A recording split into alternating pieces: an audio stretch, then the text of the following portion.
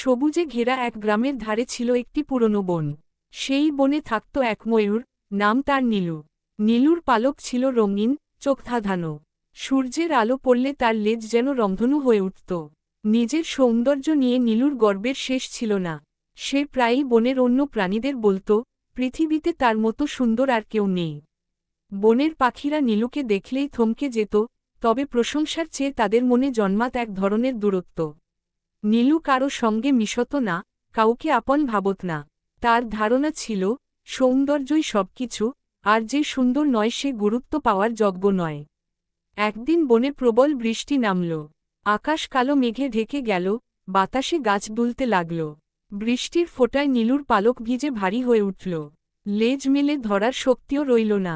আশ্রয়ের খোঁজে সে ছুটতে লাগল, কিন্তু ভারী পালকের জন্য ঠিকমতো উঠতেও পারল না। ঠিক তখনই একটি সাধারণ রঙের কাক এসে ডাকল। সে বলল, কাছেই একটা গাছের কোটরে শুকনো জায়গা আছে, চাইলে সেখানে আশ্রয় নিতে পারো। নীলু প্রথমে কাকের দিকে তাকিয়ে নাক শীতকাল।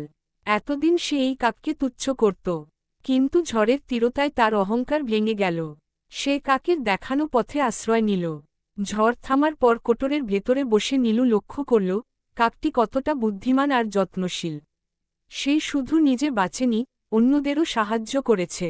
নীলু ভাবল, এতদিন সে সৌন্দর্য নিয়ে গর্ব করেছে, কিন্তু বিপদে সৌন্দর্য তাকে রক্ষা করতে পারেনি। পরের দিন বনে খবর ছড়িয়ে পড়ল, নদীর ধারে একটি হরিণছানা কাদায় আটকে গেছে। অনেকেই দাঁড়িয়ে দেখছিল, কিন্তু কেউ সাহস করে এগোচ্ছিল না। নীলু এবার নিজে এগিয়ে এল। সে কাকের সঙ্গে মিলে অন্য পাখিদের ডেকে আনল।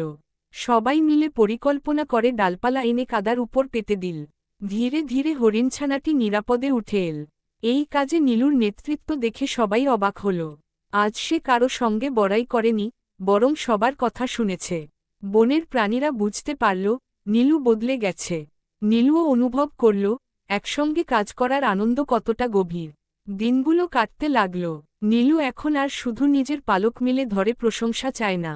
সে ছোট পাখিদের উড়তে শেখায়, বয়স্কদের কাছে গল্প শোনে, বিপদে পাশে দাঁড়ায়। তার সৌন্দর্য আগের মতোই আছে, কিন্তু এখন সেই সৌন্দর্যের সঙ্গে যুক্ত হয়েছে নম্রতা। এক সন্ধ্যায় বনের সবাই জড়ো হল। কাক এগিয়ে এসে বলল, নীলু আজ আমাদের সবার বন্ধু। তার পালক সুন্দর ছিল আগেও, কিন্তু তার মন সুন্দর হয়েছে এখন। নীলু লাজুক হাসল। সে বুঝল, সত্যিকারের সৌন্দর্য আসে চরিত্র থেকে। সেই দিন থেকে বনে নীলুর নাম বদলে গেল। সবাই তাকে ডাকতে লাগল জ্ঞানী নীলু। আর নীলু মনে মনে প্রতিজ্ঞা করল, অহংকার নয়, সহানুভূতিই তাকে সত্যিকারের উঁচুতে তুলবে।